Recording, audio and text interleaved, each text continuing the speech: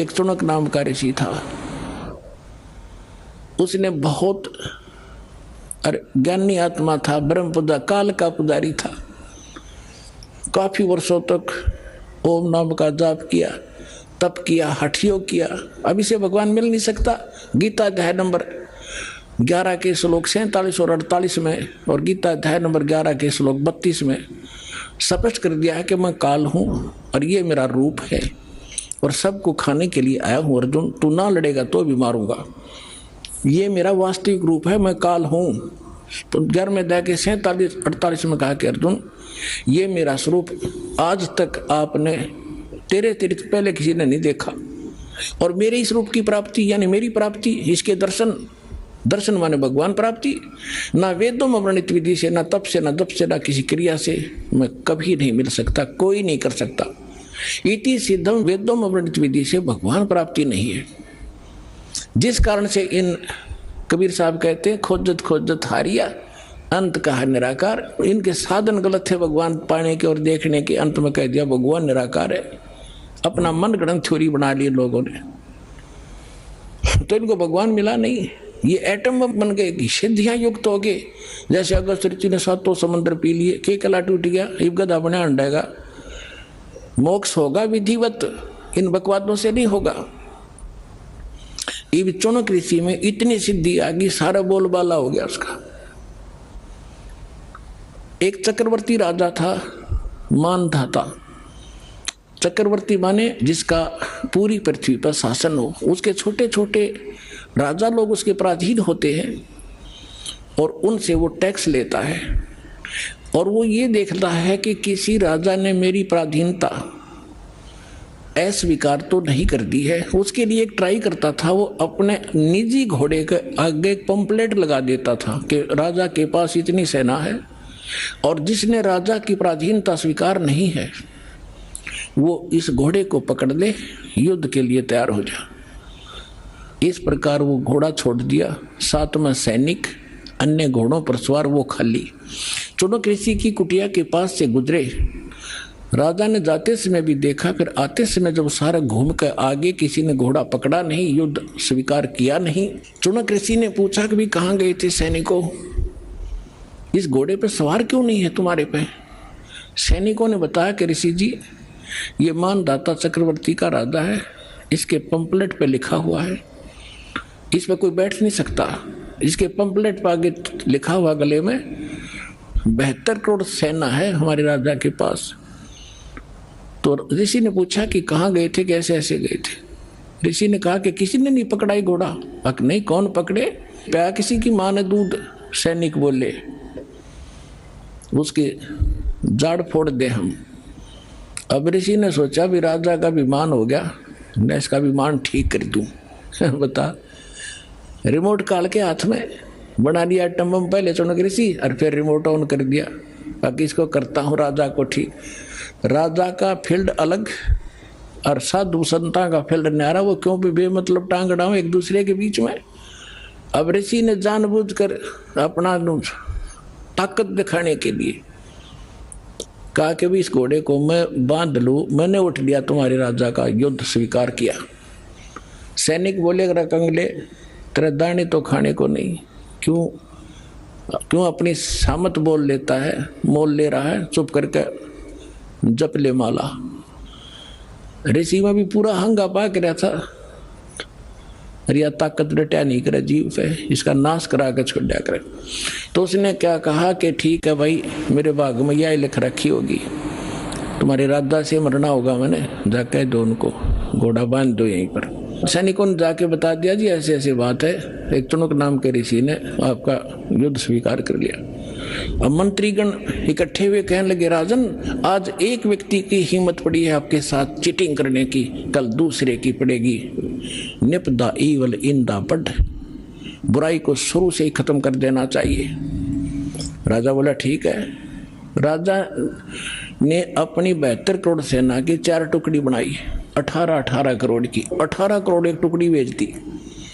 उधर से उस ऋषि ने सारे जीवन में जो डले ढोए थे वो अटबट करके सिद्धियां प्राप्त की थी, उससे 4 पुतली तैयार कर दी, एटम बम 4 बना दिए। परमाणु बम, एक परमाणु छोड़ दिया पुतली, उसने 18 करोड़ कत्लेआम कर दिया। राजा ने दूसरी सेना भेज दी, ऋषि ने दूसरी पुतली, यानी 72 करोड़ सेना का सत्यानाश कर दिया उस ब्रह्म के काल के पुजारी ने। सूक्ष्म वेद में कहा है 72 अक्षौणी अक्षय करी, वो चुन कर शीश्वर एक, दे धारे जोरा फिरे ये सभी काल के बेख। 72 अक्षौणी अक्षय करी, 72 अक्षौणी खा गया, वो चुनक ऋषिश्वर एक। ओए होए, इनको ऋषिवर ऋषिश्वर कहा करते थे। ओए होए, ऋषिश और ऋषिश्वर, एक तो मुनि, एक मुनिवर, उन मुनियों में श्रेष्ठ, एक मुनीश्वर, यानी मुनियों में भी, उन मुनिवरों में भी और श्रेष्ठ, उसको मुनीश्वर कहा करते हैं। ऐसे ऋषिवर और ऋषिश्वर, जिसको ऋषिश्वर कहा करते थे, उस ऋषिश्वर के ये कारनामे हैं। 72 अक्षौणी खा गया, वो चुनक ऋषिश्वर एक, ये दे धारे जोरा फिरे, जोरा माने मृत्यु, दे धारे जोरा फिरे ये सभी काल के भेख, ये काल के पुजारी है सारे अपने आत्मा। अब क्या होगा, जब तक हम परम अक्षर ब्रह्म कबीर परमेश्वर की सत्साधना पूर्ण संत से लेकर नहीं करते, तब तक हमारे दोनों अकाउंट ओपन हैं, गुड और बैड, पुण्य और पाप।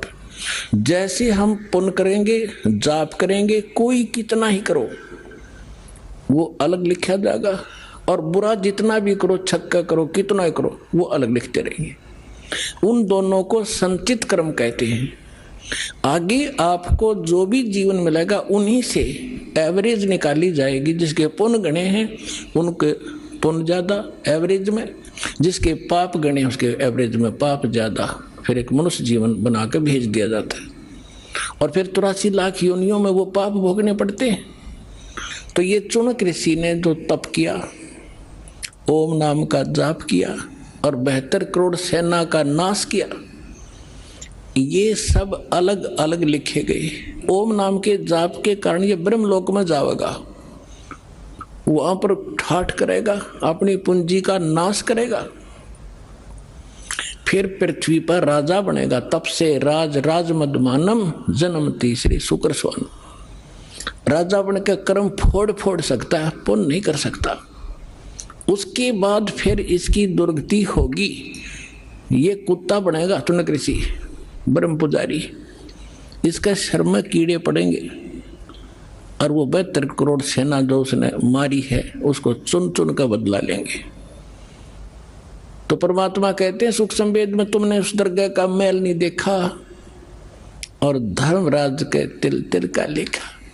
इसलिए गीता अध्याय नंबर 7 के श्लोक नंबर 18 में गीता ज्ञानदाता कहता है कि ये ज्ञानी आत्मा है तो समर्पित, लेकिन इनको तत्वदर्शी संत न मिलने से ये मेरे वाली अनुत्तम घटिया गति में स्थित रहे, इनका फिर पुनर्जन्म रहेगा।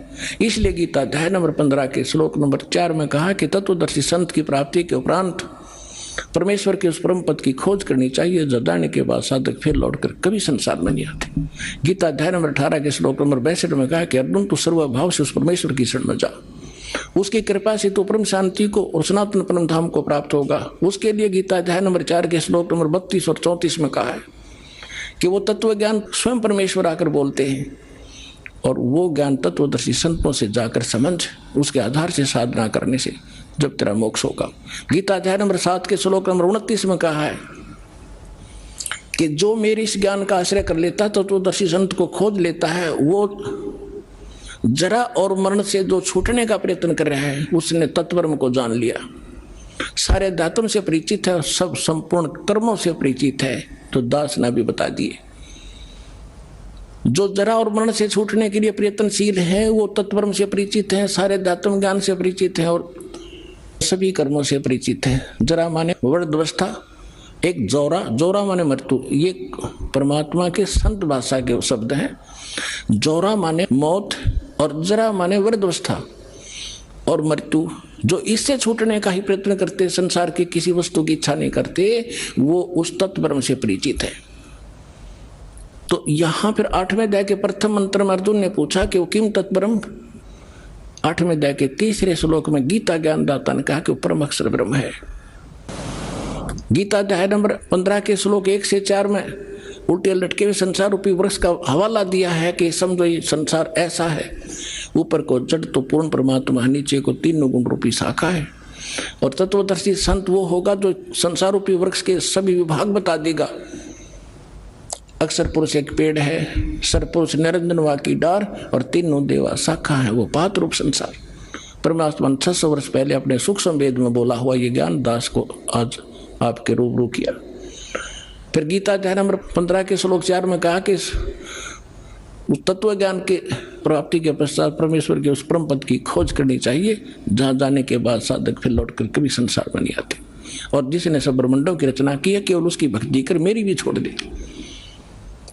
और गीता अध्याय नंबर 2 के श्लोक नंबर 12 में, गीता अध्याय नंबर 4 के श्लोक नंबर 5 और 9 में, गीता अध्याय नंबर 10 के श्लोक नंबर 2 में गीता ज्ञानदाता खुद कहता तेरे और मेरे असंग जन्म हो लिए और आगे भी होते रहेंगे, मैं अविनाशी नहीं हूँ। गीता अध्याय नंबर 15 के श्लोक नंबर 16 और 17 में 3 पुरुष, 3 प्रभु, 3 स्वामी, 3 ब्रह्म बताए। सरपुरुष ये किस ब्रह्मांड का स्वामी, ये काल है, गीता ज्ञानदाता ब्रह्म है।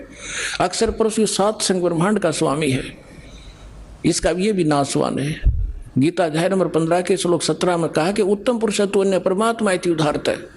यह लोक त्रय में अविषय विवृत्ति अवैश्वर है, इन दोनों से भी अन्य है। सरपुरुष और अक्षर पुरुष से जो श्रेष्ठ परमात्मा इन दोनों से अन्य है। और वही तीनों लोकों में प्रवेश करके यानी सबका धारण पोषण वो जड़ से होता है। तो संसार रूपी वृक्ष की जड़ वो पूर्ण परमात्मा है, उसी से सबका धारण पोषण होता है यहाँ पर। और वही वास्तव में अविनाशी है। यहाँ एक भ्रम पैदा होता है। 15वें अध्याय के 18वें श्लोक में लिखा है, ये गीता ज्ञानदाता कहता है कि मैं अपने अंतर्गत 21 ब्रह्मांड में जितने भी प्राणी हैं उन सबसे उत्तम हूँ, श्रेष्ठ हूँ। इसलिए मैं लोक वेद दंत कथा के आधार से मैं पुरुषोत्तम प्रसिद्ध हो रहा हूँ। आई एम नॉट पुरुषोत्तम। पुरुषोत्तमता 15वें अध्याय के 17वें श्लोक में बता दिया कि उत्तम पुरुष है यानी पुरुषोत्तमता कोई और है। उसके बारे में तत्वदर्शी संत जानते, उनसे पूछो। तो पुण्यात्माओं ये है वो दास तत्वदर्शी संत। आओ और अपना कल्याण करो।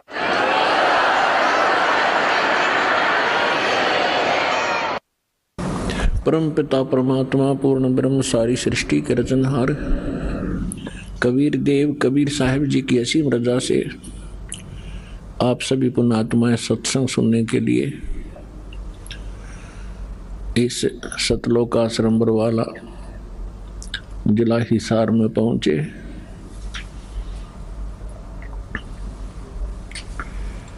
पुण्यात्माओं आप बच्चे हो, आपको इस प्रोसेस का पता नहीं।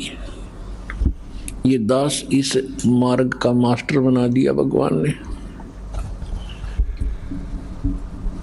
दास आपको देख रहा है कि आपके अंदर कितनी रुचि भगवान की बढ़ रही है। और दास को ये भी पता है कि परमात्मा आपके ऊपर कैसे रजा बख्श रहे हैं। दास को ये भी मालूम है कि आप आम आत्मा नहीं हैं। आम आत्मा तो वो हैं जो दूर बैठे निंदा कर रहे हैं,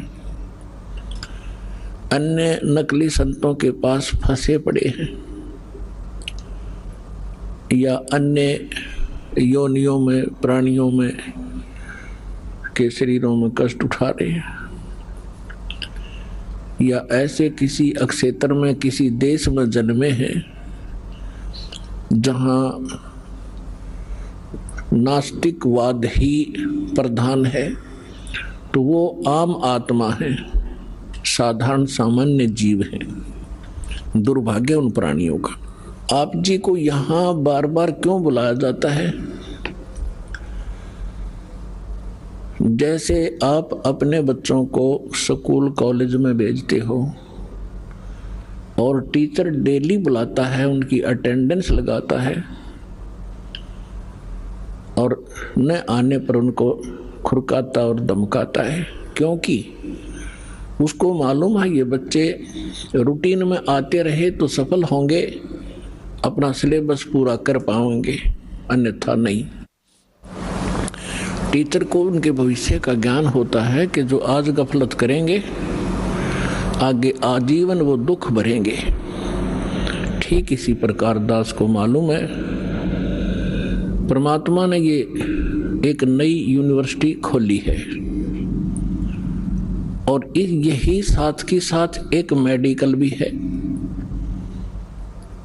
तो इसमें इस आत्मा के दोनों रोग कटेंगे, एक तो जन्म और मृत्यु का,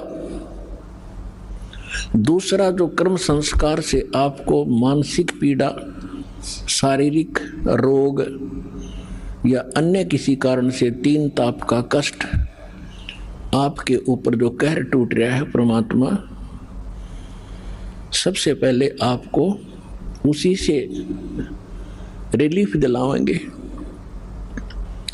उनसे रिलीफ होगा तभी आपको महसूस होगा कि सचमुच यहाँ भगवान मिला मुझे। और फिर आप आगे भक्ति भी करोगे, डर के भी रहोगे। आपको ये डर बना रहेगा कि कहीं फिर से ये नाम खंडित हो गया और भगवान की रजा मेरे सिर से हट गई तो वही संकट फिर से घेर लेगा। और भय बिन भक्ति नहीं होती,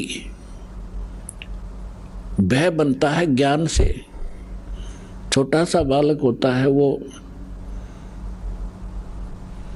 करंट वाली वायर को भी पकड़ लेता है और मर जाता है, सर्प को भी पकड़ लेता, गड्ढे में गिर जाता, अग्नि को हाथ में पकड़ लेता और वो अपना हानि उसको होती ही है।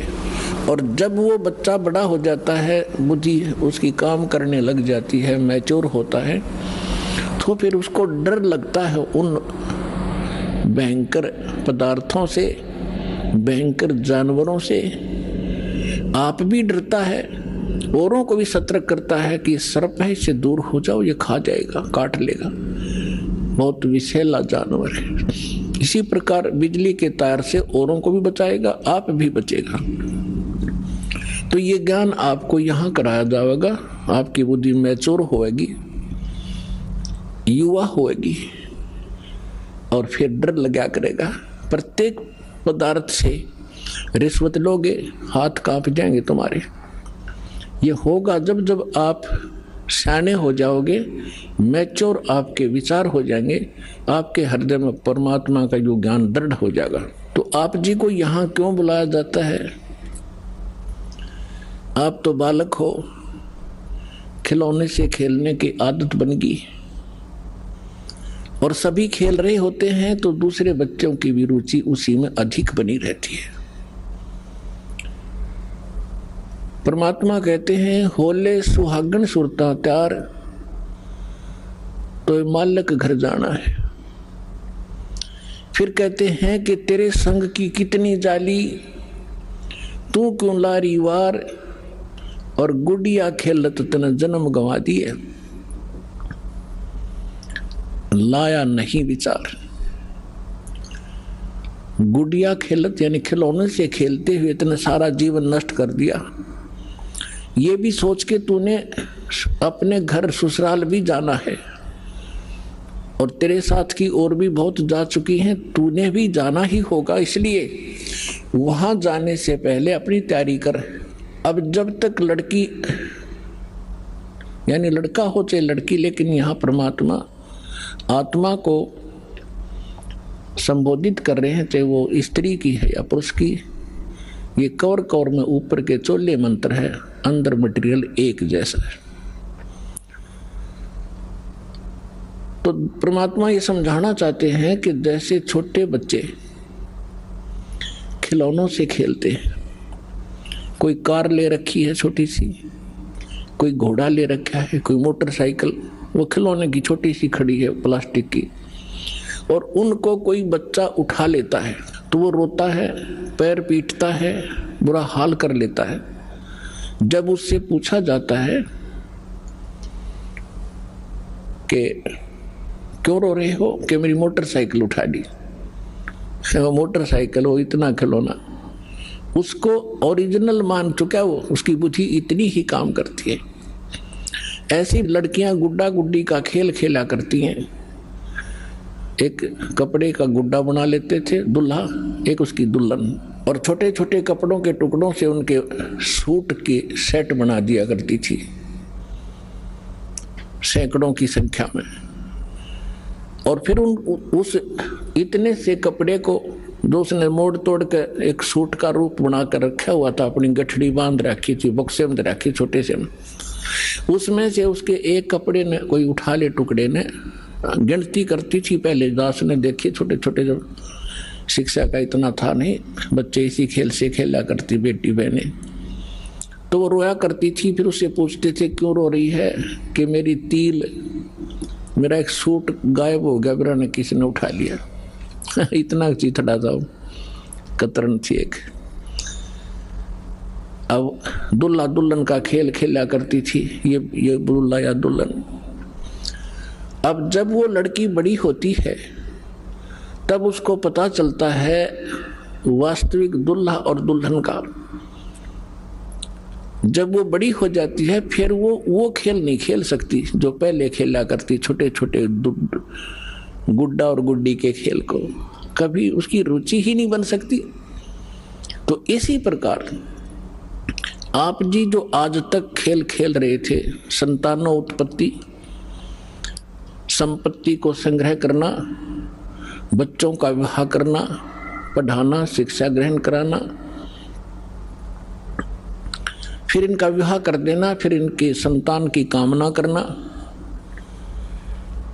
संतान हो जावे, फिर हम वृद्ध हो गए, मृत्यु के निकट आ गए, हम बेशक मर जावा, नो प्रॉब्लम।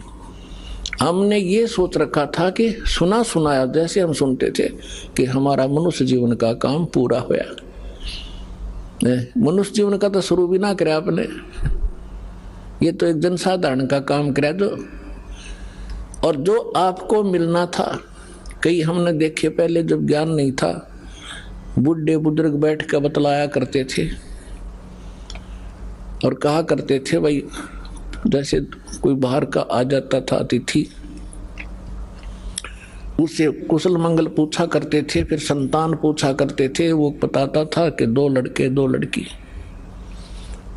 परमात्मा की दया से 2 लड़के हुए, 2 लड़की हुई, उनका विवाह कर दिया, उनका भी देवता देवती होगी, पोते पोती होगी, मेरा काम पूरा होया, भगवान बेशक ठाले। बस इतना सा हमारा ये बुद्धि सीमित होगी थी, एक हमने लास्ट एंड फाइनल काम मान रखा था।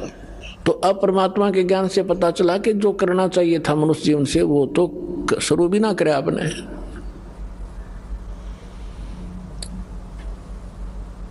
तो पुण्यात्माओं, आपको यहां बुलाकर ये ज्ञान दिया जाता है कि आप उस मनुष्य जीवन के मूल कर्तव्य को भूल चुके हो और किसी में पिछले पुण्य कर्मों के संस्कारवश प्रेरणा है तो आप साधना गलत कर रहे हो, वो भी व्यर्थ है। शास्त्र विधि को त्याग कर मनमाना जो आचरण करते हैं वो भी गलत है। गीता अध्याय नंबर 16 के श्लोक नंबर 23 और 24 में इसका प्रत्यक्ष प्रमाण है। तो शास्त्र अनुकूल साधना कौन सी होगी, गीता अध्याय नंबर 4 के श्लोक नंबर 32 और 34 में स्पष्ट कर दिया है। और 25 से लेकर 30 तक चौथे अध्याय में यह भी कहा है कि सब अपनी अपनी कोई ऐसी साधना करता है, कोई ऐसी करता है, कोई ऐसी करता है। ये सभी अपनी साधनाओं को पापनाशक जानते हैं। पापनाशक मीन मोक्षदायक, पापनाश होंगे तभी तो मुक्ति होगी, नहीं तो कर्मा के संस्कार में हम फंसे रहते हैं। तो गीता अध्याय नंबर 4 के श्लोक नंबर 32 में कहा है कि परमात्मा स्वयं आकर के अपने मुख कमल से एक विशेष जानकारी विस्तार से देता है। उसको सच्चिदानंद घन ब्रह्म की वाणी कहा जाता है, कबीर वाणी। वो तत्व ज्ञान है, उसको जानने के बाद फिर सर्व पापों से मुक्त हो जाता है। उस तत्व ज्ञान को मैं नहीं जानता, गीता ज्ञानदाता कहता है। तत्वदर्शी संतों के पास जाकर समझ, उनको दंडवत प्रणाम करने से, कपट छोड़कर सरलता पूर्वक प्रश्न करने से वो परमात्म तत्व के जानने वाले तत्वदर्शी संत तुझे उस तत्व ज्ञान का उपदेश करेंगे। 15वें अध्याय के प्रथम मंत्र में गीता जी में उसका पहचान बताई है कि जो उल्टे लटके हुए संसार रूपी वृक्ष के सभी छंद बता देगा, सभी विभाग बता देगा, वो तत्वदर्शी संत है, स वेदविद।